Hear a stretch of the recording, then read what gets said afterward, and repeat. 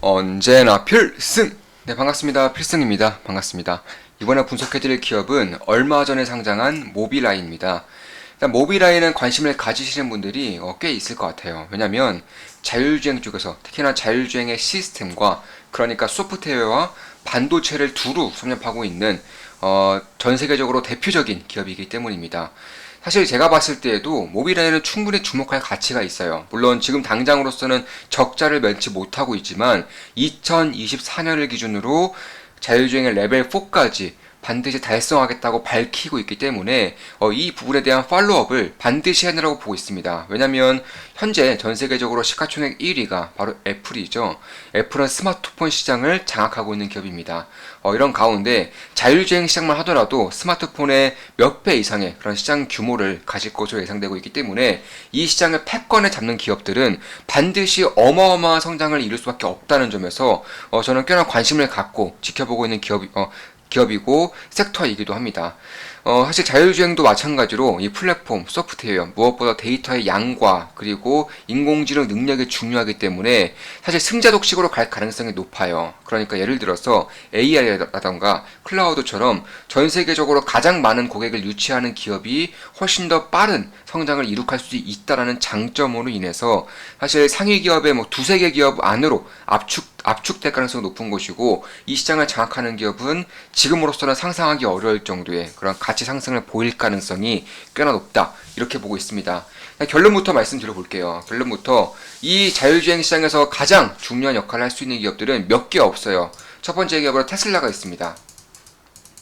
그리고 두 번째로는 물론 기업은 아니지만 중국 정부의 힘을 얻어서 이제 앞으로 나아가고 있는 뭐 샤오퐁이라던가 자율주행 관련된 반도체 기업들, BYD 이런 기업들이 있을 수 있습니다. 바이두도 마찬가지고요. 그리고 세 번째로 엔비디아. 역시나 자율주행 반도체 쪽에서는 핵심적인 역할을 하고 있죠. 마지막으로 모비라이가 있습니다. 사실 테슬라는 아직까지는 이런 오픈 경쟁을 하고 있지는 않아요. 자기들이 다 해먹겠다. 그러니까 다른 기업들의 자신들의 기술이라던가 제품을 판매하고 있지 않습니다. 따라서 여기에 따라서는 경쟁자라고 볼 것인가에 대한 의구심이 들 수 있어요. 물론 추후에 테슬라가 자율주행 시스템을 완성하고 그 이후에 다른 기업들의 자율주행 시스템을 판매를 한다거나 구독 시스템을 전가를 하게 될 경우에는, 그러니까 대입시킬 경우에는 당연히 경쟁자로 올라설 수 있겠지만 지금으로서는 애매한 부분이 있습니다. 결국에는 우리가 봐야 되는 기업들은 모비라이를 만약에 보고 있다. 그러면은 반도체 쪽에서는 엔비디아를 봐야 되는 곳이고 IT 쪽에서는 뭐 구글 혹은 애플 이런 기업들을 봐야 되겠다 이렇게 보시면 될 것 같습니다. 그러니까 모비라이는 자율주행에 있어서 사실 강력한 강점이 있어요. 그 첫 번째 강점으로 이미 모비라이는 애초에 그 뿌리부터가 ADAS 기업이라는 겁니다. ADAS 기업이라는 곳은 결국 자동차를 운전하고 계시는 분은 다들 아시겠지만 뭐 간단한 자율주행 혹은 간단한 운전 보조 주행 시스템 이 정도로 해석하시면 될 것 같아요. 예를 들어서 후진할 때 소리가 나죠. 이게 다 ADAS 시스템으로 인해서 소리가 나는 거고 차선을 만약에 벗겨나갈 경우에 자연스럽게 다시금 차선 안으로 들어오게끔 한다거나 경고음을 들려주는 것도 다 ADAS 시스템에 의한 것들입니다. 그 외에도 갑작스럽게 물품이 예를 들어서 뭐 자전거가 쓰러진다거나 오토바이가 쓰러진다거나 이런 가운데서도 본인이 스스로, 그러니까 자동차가 스스로 피해가는 것도 당연히 ADAS인 것이고, 혹은 깜빡 잠이 들었는데 그 앞에 충돌물이 있다거나 혹은 자동차가 있다거나 사람이 있을 경우에는 급정거를 시켜주는 것도 ADAS 시스템이다 이렇게 보시면 될 것 같습니다. 그러니까 우리가 흔히 알고 있는 주행 보조 시스템이다 이렇게 보시면 될 것 같고, 모비라이는 이 시장에서 무려 70%의 점유율을 가지고 있어요. 독점적인 점유율이라고 할 수 있습니다. 사실 ADAS에 대한 그런 이유는 사실 ADAS에 대한 강력한 법안을 시행을 하고 있죠. 그러니까 ADAS가 필수적으로 이제 들어간 그런 자동차와 판매할 수 있도록 하는 강력한 규제를 하고 있는 것인데, 이런 규제가 전 세계적으로 퍼지고 있어요. 왜냐하면 자동차 사고로 인한 그런 피해를 방지하기 위해서 전체적으로 퍼지고 있는 것이고, 사실 이쪽 시장을 70%를 장악하고 있다는 것은 기술 경쟁력이 압도적이라는 것을 고스란히 보여주고 있는 겁니다. 사실 ADS와 그리고 자율주행 같은 경우는 상당히 닮은 부분도 있기 때문에 이쪽에 대해서는 가장 앞지를 수 있는 그런 모멘텀 자체를 가지고 있다, 뿌리를 가지고 있다, 기반이 있다 이렇게 보시면 될 것 같습니다. 이에 따라서 사실 이 모비라이의 모회사라고 하죠. 모빌아이를 소유하고 있는 회사는 인텔입니다. 인텔. 한때는 전 세계 1위의 반도체 종합 회사였죠. 인텔의 자회사이기 때문에 당연히 반도체 쪽에서도 특장점을 가지고 있는 것은 맞아요. 그렇기 때문에 자율주행 소프트웨어와 그리고 소프트웨어라는 것은 뭐 플랫폼이라던가 혹은 아니면 AI 시스템 이런 것들로 대체할 수도 있겠습니다. 그리고 통틀어서 말씀드리는 거예요. 그리고 반도체 하드웨어로 불리는 자율주행 하드웨어로 불리는 반도체 이 두 개를 동시에 하고 있는 기업이다. 이렇게 보시면 될 것 같습니다.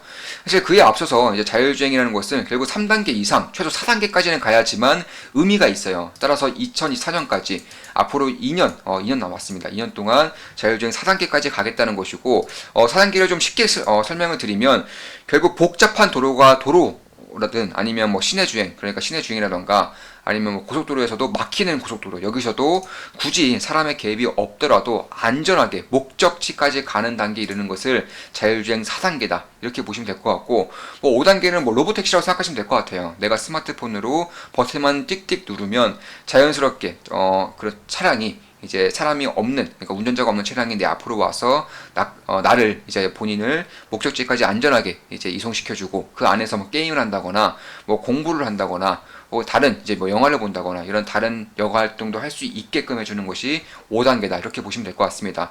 이제 4단계는 돼야지만 자율주행의 본격적인 무서움이 나타날 것이라고 보고 있고, 모빌아이는 이를 2024년으로 점 찍어 놓고 있는 것입니다. 사실상 모빌아이의 2024년이 현실화될 경우에는 당연히 압도적으로 빠른 자율주행 4단계를 이루는 그런 기업이라고 저는 생각을 하고 있는 것이고, 아마 가능성은 사실 그렇게 높지는 않다. 왜냐면 이쪽 자율주행 쪽에서는 압도적인 경쟁력을 가지고 있는 테슬라 같은 경우에도 사실 2024년까지는 딱히 자율주행에 대한 성공 가능성을 내비치고 있지는 않아요.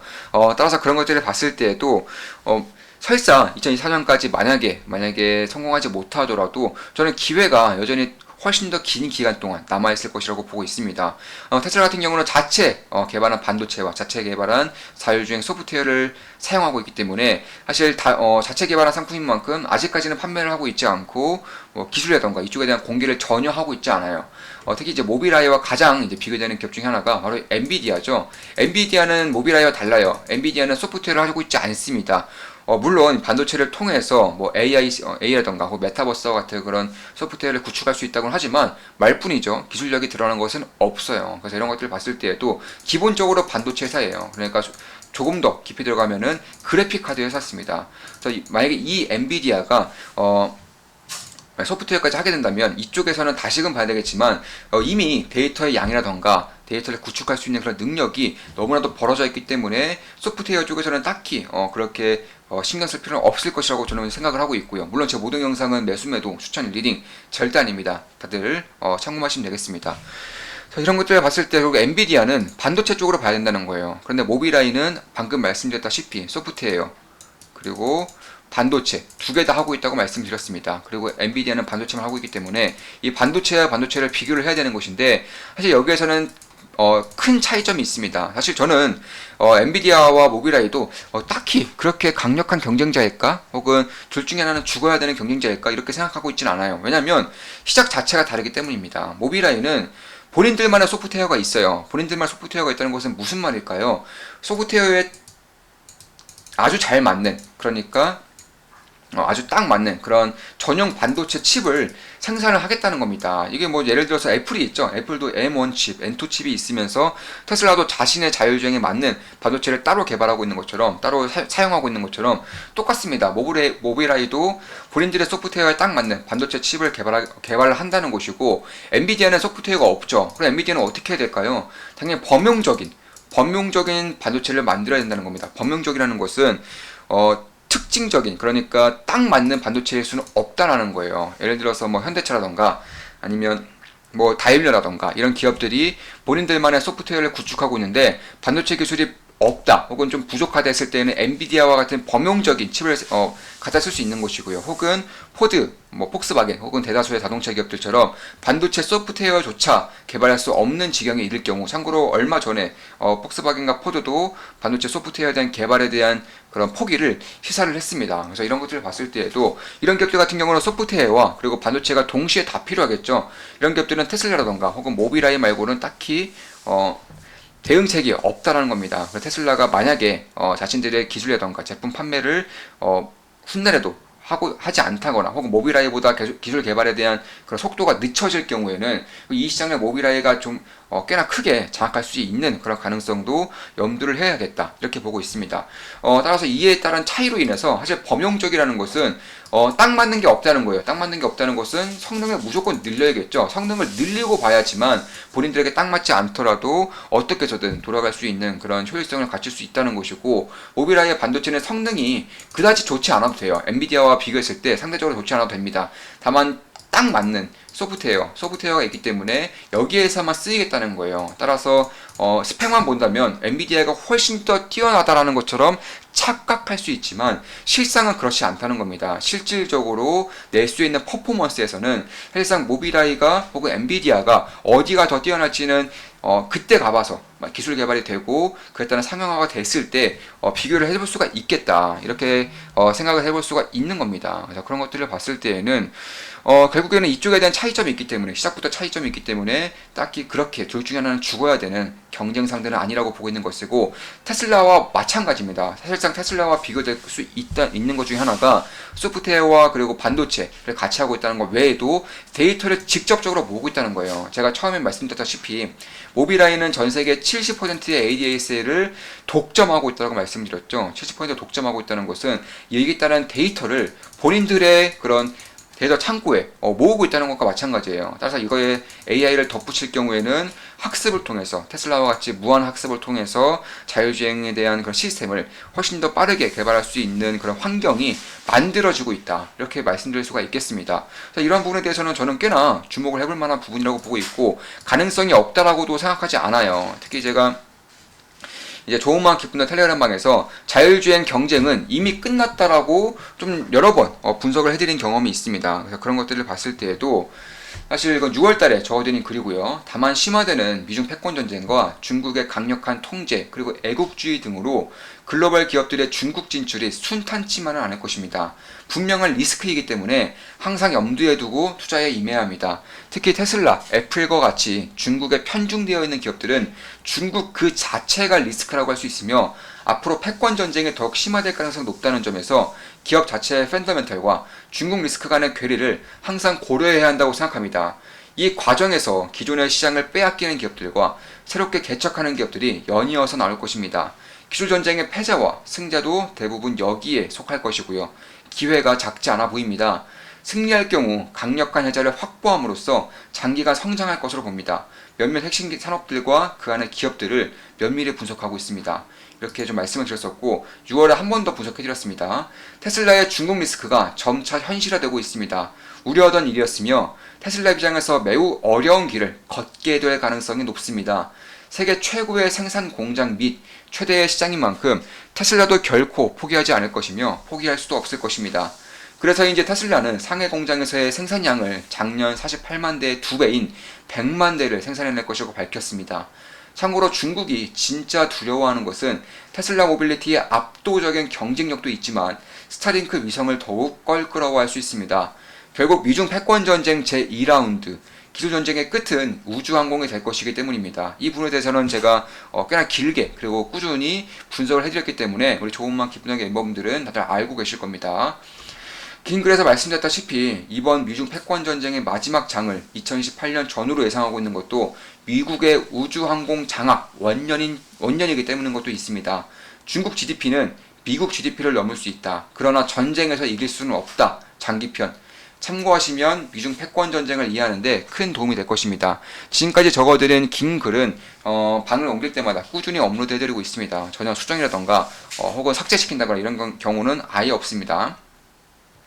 이런 리스크를 맞이하고 있음에도 불구하고 테슬라는 성장 및 사업 확장에 거리낌이 없습니다. 모빌리티, 우주에 이어 에너지도 장악하려는 움직임을 보이고 있습니다. 그 꿈이 얼마나 원대한지 상상조차 되지 않을 정도입니다.